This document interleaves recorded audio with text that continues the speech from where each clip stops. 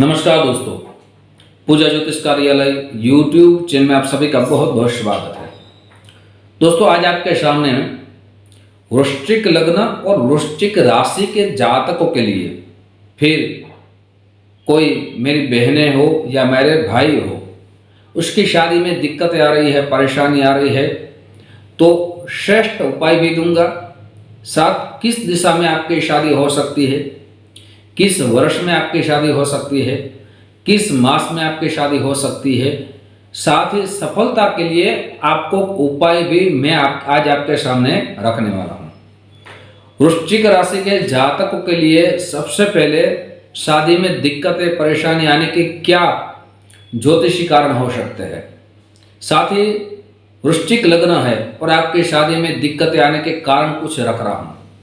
अगर आपके सप्तम भाव में कुछ पाप ग्रह युति कर रहे हैं, जैसे आपका राशि स्वामी मंगल है और आपके इष्ट देव भगवान हनुमान जी महाराज है, अगर सप्तम भाव में मंगल और सूर्य युति करेंगे तो शादी में दिक्कतें आ सकती है। अगर सप्तम भाव में मंगल और राहु युति कर रहे हैं तब भी शादी में दिक्कतें आ सकती है, या मंगल वक्री होकर बैठे तब भी शादी में दिक्कतें आ सकती है। मंगल केतु के साथ अगर युति कर रहे हैं तब भी शादी में दिक्कतें आ सकती है। मंगल शनि के साथ युति करते हैं तब भी शादी में दिक्कतें आ सकती है। ये पाप ग्रह अगर सप्तम भाव में है तो यहाँ शादी में दिक्कतें आ सकती है। या सप्तम भाव का जो मालिक है वो पाप ग्रह के साथ युति कर रहे हैं तब भी शादी में दिक्कतें आ सकती है। तो आपको उपाय क्या करना चाहिए? सबसे पहले आपका मंगल वक्री है या मंगल की कारण आपके शादी में दिक्कतें आ रही है तो मंगलवार का आपको व्रत करना चाहिए। मंगलवार के दिन आपको लाल वस्तु का दान करना चाहिए। और एक छोटा सा बहुत ही उत्तम श्लोक है आपको मैं दे रहा हूँ, उसकी प्रतिदिन 3 माला जरूर करें। आप लिख सकते हैं ओम क्राम क्रीम क्रोम शह भौमाय नमः। फिर से कह रहा हूँ दोस्तों, ओम क्राम क्रीम क्रोम शह भौमाय नमः। इस मंत्र बीज मंत्र की आप प्रतिदिन 3 माला करें, मंगलवार से आरंभ कर लें। साथ ही आप दूसरा मंत्र दे रहा हूं, ओम अंगारकाय नमः।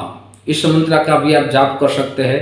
इसका आप 10,000 जाप करें, लेकिन नियमों के साथ आप करेंगे। आपकी शादी में जो भी दिक्कतें आ रही है, परेशानी आ रही है, वो जरूर दूर होगी। साथ ही और एक उत्तम आपके सामने उपाय मैं रख रहा हूँ।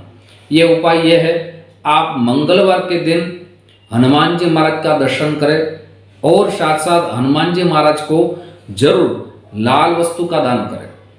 जैसे हनुमान जी महाराज के मंदिर के ऊपर आप ध्वजा चढ़ा सकते हैं, हनुमान जी महाराज के आप तेल चढ़ा सकते हैं, फिर वो सरसों का हो या अन्य हो। और हनुमान जी महाराज को आप लाल पुष्प की माला अर्पण जरूर करें।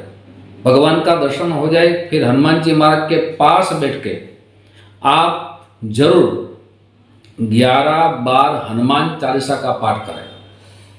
प्रति मंगलवार करेंगे। मुझे लग रहा है आपकी शादी में जो भी दिक्कतें आ रही है, जो भी परेशानी आ रही है, वो हनुमान जी महाराज की कृपा से जरूर दूर हो जाएगी। अब आपकी कौन सी दिशा में शादी हो सकती है, किस मास में आपकी शादी हो सकती है, या किस वर्ष में आपकी शादी हो सकती है, उसकी पूरी चर्चा करूंगा। लेकिन उनसे पूर्व मेरी एक छोटी सी गुजारिश है, जो मेरे नए दोस्त मेरा चैनल देख रहे हैं, दोस्तों अगर इस चैनल को आपने सब्सक्राइब नहीं किया एक बार जरूर सब्सक्राइब कर लीजिए। साथ ही वीडियो आपको पसंद है तो जरूर लाइक का बटन दबाइए। ये वीडियो अपने दोस्तों में ज़्यादा से ज़्यादा शेयर कीजिए। साथ ही दोस्तों घंटे का बटन जरूर दबाइए, मेरे सारे नए वीडियो की जानकारी सबसे पहले आपको प्राप्त हो। दोस्तों सबसे पहले वृश्चिक राशि के जातकों के लिए प्रयास आपको दक्षिण दिशा में जरूर करना चाहिए।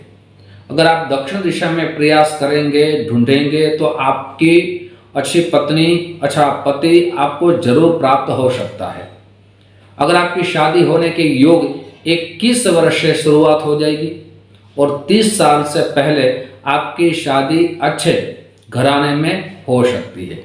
आपकी शादी में जो मास है वो सबसे पहले मार्च मास है, नवंबर मास है, साथ ही जून मास है। ये 3 मास में आपके शादी के उत्तम योग निर्माण जरूर होंगे।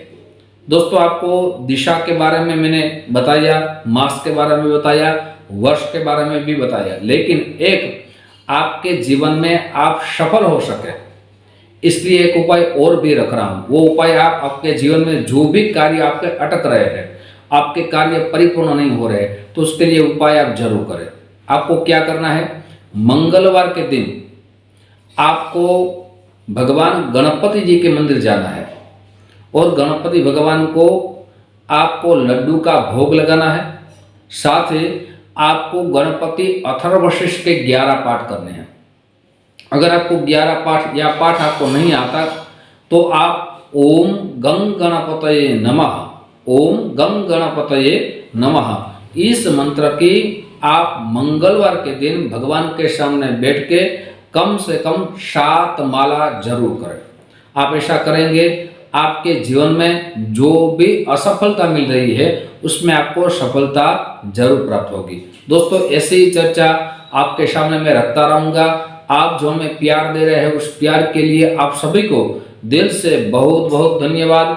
YouTube के माध्यम से फिर हमारी मुलाकात होगी। जय श्री कृष्ण।